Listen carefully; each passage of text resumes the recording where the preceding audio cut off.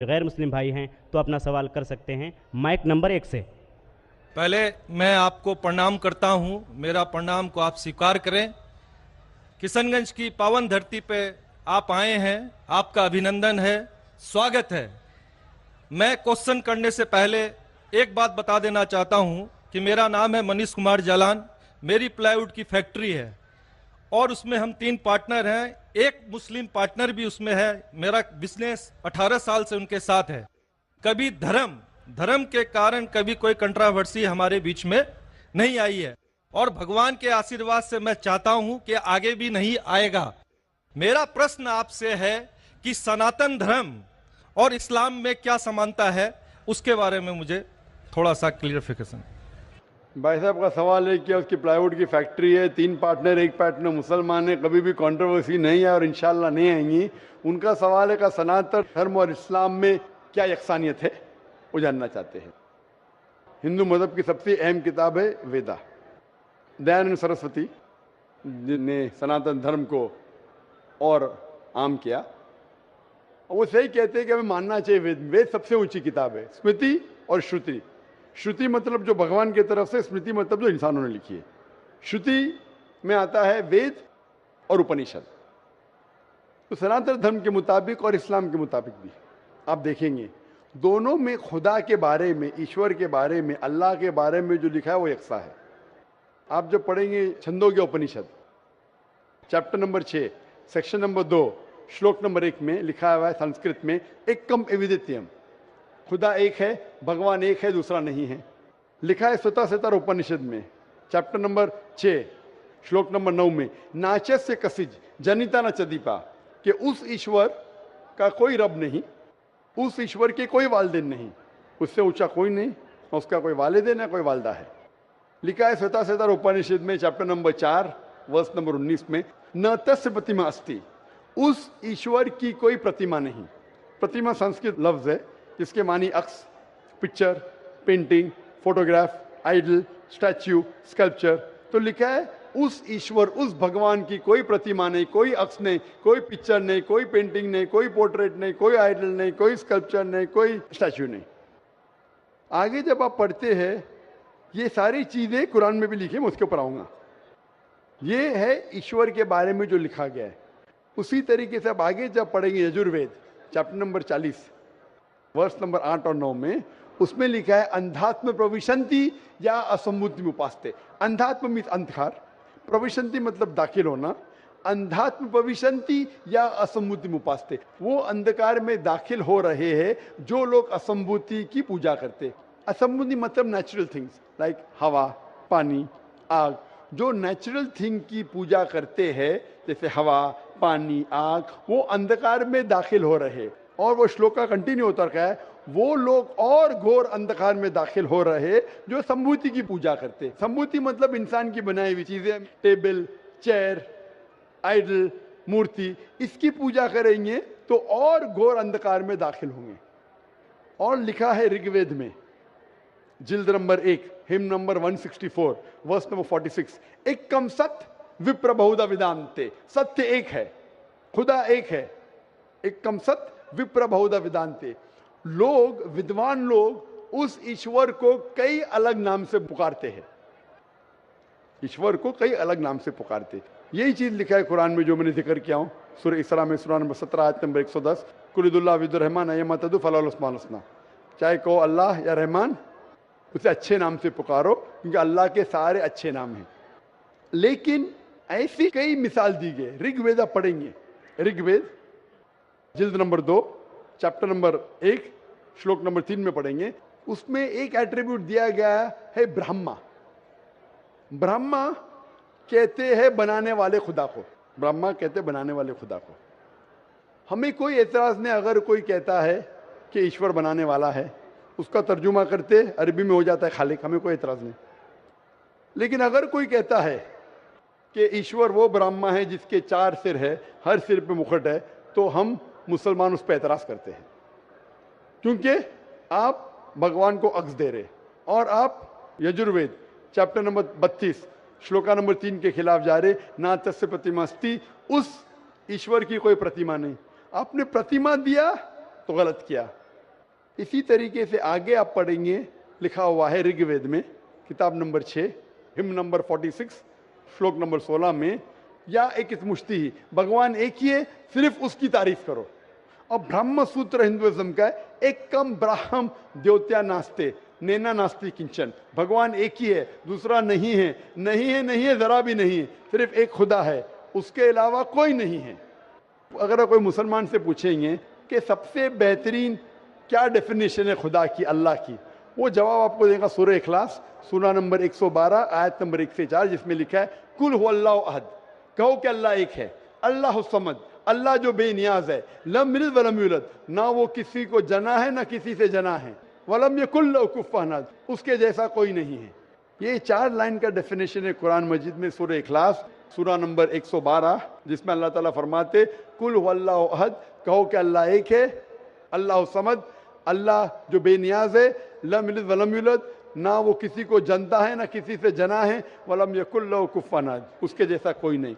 अगर कोई भी चीज को आप कहते हैं खुदा है, भगवान है, ईश्वर है, अगर ये 4 लाइन के डेफिनेशन में उतरता है, हम मुसलमान को कोई एतराज नहीं मानने के लिए कि वो ईश्वर है, कि वो खुदा है। तो ये सनातन धर्म के खुदा एक है, उसका कोई अक्स नहीं, हूबहू मिलता है कुरान मजीद से। लेकिन मैं एक स्टेप आगे जाता हूं, यहां तक के तो सही है, दयानंद सरस्वती ने कहा ईश्वर के बारे में, मैंने मान लिया, मैंने थोड़ी और रिसर्च किया। मैंने कहता हूं मैं दयानंद सरस्वती और विद्वान हूं, और रिसर्च किया। रिसर्च में लिखा है वेद में, पुराना में, कि एक आखिरी अवतार आने वाले हैं। इसका जिक्र दयानंद सरस्वती ने नहीं किया, क्यों नहीं किया मैं जानता नहीं, लेकिन लिखा है भविष्य पुराना, मतलब जो भविष्य के बारे में आपको कह रही है। अगर आप पढ़ेंगे वेद और भविष्य पुराना और बाकी पुराना, कई जगह आखिरी पैगंबर मोहम्मद सल्लल्लाहु अलैहि वसल्लम का जिक्र है। मैं पूरा तफसील से नहीं, हवाले दूंगा तो आसान होगा। आप पढ़ेंगे भविष्य पुराना पर्व 3 खंड 3 अध्याय 3 श्लोका 5 से 8 तक, इसमें मोहम्मद सल्लल्लाहु अलैहि वसल्लम का जिक्र है। आगे पढ़ेंगे भविष्य पुराना पर्व 3 खंड 3 अध्याय 3 श्लोका 10 से 27 में मोहम्मद सल्लल्लाहु अलैहि वसल्लम का जिक्र है। अगर आप पढ़ेंगे अथर्ववेद किताब नंबर 20 खंड नंबर 127 श्लोका नंबर 1 से 14 में मोहम्मद सल्लल्लाहु अलैहि वसल्लम का जिक्र है। इसे कहते कुंटब सुक्तास। अगर आप पढ़ेंगे ऋग्वेद किताब number 1 chapter number 53 shloka number 9 में मोहम्मद सल्लल्लाहु अलैहि वसल्लम का जिक्र है। कई जगह पे उनका नाम से जिक्र है और बड़ी तफसील से जिक्र है कल की पुराना में। कल की पुराना चैप्टर नंबर 5, 7, 9, 15 यहां पढ़ेंगे। इसमें लिखा है कि कल युग में, कल युग मतलब आखिरी युग में आएंगे आखिरी अवतार। अवतार जैसा मैंने कहा का मतलब नहीं कि भगवान नीचे आना। अवतार एक संस्कृत वर्ड है जिसका मानी अवत्र। अवत्र मतलब खुदा ने भेजा, खुद खुदा नहीं आ रहा है, it belongs to God, not God himself. इसीलिए इसका कॉन्सेप्ट है मैसेंजर, पैगंबर। तो कल युग में कल की अवतार आएगा, उसके बाप का नाम है विष्णु यास। विष्णु मतलब ईश्वर खुदा, यास मतलब खुदा का बंदा। अरबी में कहीं हो जाता अब्दुल्ला जो मोहम्मद सल्लल्लाहु अलैहि वसल्लम के वालिद का नाम था। उसकी माँ का नाम होगा सुमति। सुमति मतलब अमन, शांति। अरबी में कहेंगे आमिना जो नाम था मोहम्मद सल्लल्लाहु अलैहि वसल्लम के वालिदा का नाम। वो पैदा होंगे एक अमन के शहर में जो था मक्का। वो पैदा होंगे ऐसे खानदान में जो उस शहर का रखवाला था और मोहम्मद सल्लल्लाहु अलैहि वसल्लम कुरैश खानदान में पैदा हुए। पहली वही उन्हें आएंगे एक गार में, एक केव के अंदर। मोहम्मद सल्लल्लाहु अलैहि वसल्लम को सबसे पहली वही आए गार हिरा में रात के वक्त, हम जानते हैं। फिर वो माइग्रेट करेंगे नॉर्थवर्ड और वापस आएंगे। मोहम्मद सल्लल्लाहु अलैहि वसल्लम ने हिजरत की, मदीना फिर वापस आया। उनके 4 करीब दोस्त होंगे, सबसे पहले 4 खुलफा राशिदीन। ऐसे कई तफसील है। तो खुदा के जिक्र के बाद जो वेद में यकसानियत है जो कुरान से मिलती है वो है मोहम्मद सल्लल्लाहु अलैहि वसल्लम का जिक्र। और भी यकसानियत है, ये तो सिर्फ खुदा के बारे में और मोहम्मद सल्लल्लाहु अलैहि वसल्लम के बारे में। और यकसानियत है शराब मत पियो, जैसा मैंने कहा कुरान में लिखे सूरह माइदा सूरह 5 आयत नंबर 90 शराब मत पियो। मनुस्मृति चैप्टर नंबर 9 श्लोक नंबर 225 में लिखा है। कुरान में लिखा है जुआ मत खेलो, सूरह माइदा सूरह 5 आयत नंबर 90। मनुस्मृति चैप्टर नंबर 9 श्लोक नंबर 225 में जुआ मत खेलो। हिजाब पहनना चाहिए, कुरान में लिखा है सूरह नूर सूरह नंबर 24 आयत नंबर 30 और 31। ऋग्वेद में लिखा है जिल्द नंबर 8 में। इस तरीके से कई यकसानियत। सबसे अहम 2 यकसानियत है पुनर्जन्म, वेद में कुरान में। सबसे अहम यकसानियत खुदा है कि उसका अक्स नहीं है और मोहम्मद सल्लल्लाहु अलैहि वसल्लम आखिरी पैगंबर है। आप मानते हैं भाई साहब के खुदा एक है? मुझे जानकारी नहीं है। आप मानते खुदा एक है कि नहीं मानते? मुझे जानकारी नहीं है, और अपने धर्म को जो जानता हूं उस हिसाब से हम तो सभी देवी देवताओं को मानते हैं और हमें मानना भी चाहिए, ये हम जानते हैं। आपके धर्म में सबसे ऊंची किताब कौन सी है? हम तो गीता को मानते हैं। गीता क्या है? वेद का निचोड़ है। सबसे ऊंची किताब हिंदू धर्म में है वेद। वेद जो है श्रुति, वेद, उपनिषद। फिर आएंगे आपके महाभारत। भगवत गीता 18 चैप्टर है महाभारत के, 18 चैप्टर। महाभारत का एक हिस्सा है। श्री कृष्ण अर्जुन को सलाह देते हैं क्या करना चाहिए, वो उसे कहते हैं भगवत गीता। आप समझे ना? कहते हैं ये निचोड़ है वेद का, लेकिन वेद तो पहले समझो आप, बराबर ना? तो वेद में जब लिखा है इतना खास तौर के भगवान एक है, तो आप क्यों इतने देवी देवता में मानते नहीं? ये तो आपको तहकीक करना पड़ेगा ना। तो मैं जो कह रहा हूं उसे लिखिए, या ऑलरेडी अवेलेबल है किताब में, किताब जाइए पढ़िए, वेद पढ़िए। ये जाकिर मुंबई से आया बेगम बाकी तो नहीं कर रहा है, हवाला दे रहा है इधर से उधर, मैं भी फेंक रहा है। नहीं नहीं हो सकता है ना फेंक रहा हूं। नहीं, आप जितनी बात को बोल रहे हैं पीस टीवी में भी देखता हूं। देखते माशाल्लाह। हाँ, तो अब आप वेद के बारे में बोले हैं और बताए हैं, आपका चैप्टर नंबर और पन्ना नंबर तो मेरे दिमाग में आया नहीं कि ठीक है बोल रहे हैं तो कुछ होगा उसमें। कुछ तो होगा, कुछ तो कुछ होगा। कुछ ना कुछ होके छोड़िए, मत तहकीक कीजिए। नहीं, क्या अब गलत करूंगा। या सही? अब नहीं, करेंगे। अब करेंगे। कितने दिन में कंप्लीट करेंगे? एक हफ्ते में कर लूंगा, कोई बड़ी बात थोड़ी। एक हफ्ते में मैं आपके पार्टनर से पूछूंगा। आपने बोला अब तक कंट्रोवर्सी नहीं हुई। मेरा पार्टनर कंट्रोवर्सी होना जरूरी नहीं है। आप उसको अच्छाई की तरफ लेके आओ, वो आपको अच्छाई की तरफ लेके आएगा। कंट्रोवर्सी नहीं करना। अगर आदमी बोला 2 जमा 2 5, अरे जान दे यार, मेरा पार्टनर मुझे ज्यादा पैसा दे रहा है, 5 रुपया दे रहा है, 2 जमा 2 5, गलत है ये। गलत है तो बोलना चाहिए। कंट्रोवर्सी नहीं होना अच्छी बात नहीं, कंट्रोवर्सी होके सच्ची राह पे लेके आना अच्छी बात है। आप समझ रहे नहीं? तो आपके पार्टनर से कहो, इतने 18 साल से आपके पार्टनरशिप किए, अभी आप एक हफ्ते में तहकीक करेंगे जाकिर क्या बोलता है, और पार्टनर से डिस्कस करो, बराबर ना?